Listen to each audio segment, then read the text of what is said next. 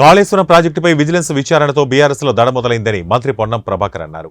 1,00,000 కోట్లతో నిర్మించిన ప్రాజెక్టు 9 నెలలు కూడా పనిచేయలేదన్నారు. ప్రాజెక్టు అక్రమాలపై సిట్టింగ్ జడ్జితో విచారణ జరిపిస్తామన్నారు. బీఆర్ఎస్ని కాపాడేందుకు బీజేపీ నేతలు కేంద్ర మంత్రి కిషన్ రెడ్డి ప్రయత్నిస్తున్నారని అన్నారు. తాము అధికారంలోకి వచ్చి నెల రోజులవుతుంది. గ్యారంటీ స్కీములపై దరఖాస్తులు స్వీకరించాం, చిత్తశుద్ధితో అమలు చేస్తామని తెలిపారు.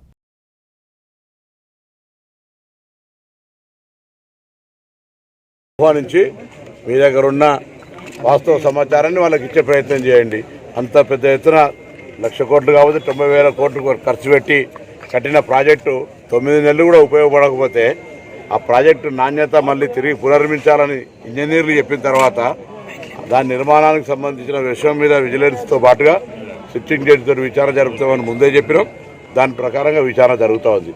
దీనికి విచారణకు సంబంధించి తెలంగాణకు సంబంధించిన ఇంజనీర్లు కావచ్చు, ఇతరత్ర ఆ యొక్క ప్రాజెక్టుకు సంబంధించిన తప్పుల అంశాలు ఏమైనా ఉంటే ఆ విజిలెన్స్ అధికారులకు సమాచారం ఇవ్వని కూడా కోరుతా ఉన్నాం. బీజేపీ అంటేనే కిషన్ రెడ్డి, కేసీఆర్ బినామీ.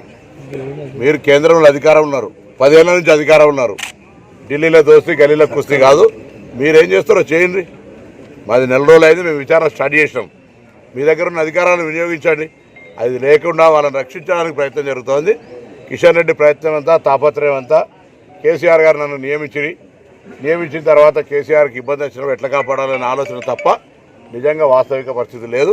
ఇది తెలంగాణ ప్రజలు గమనించారు.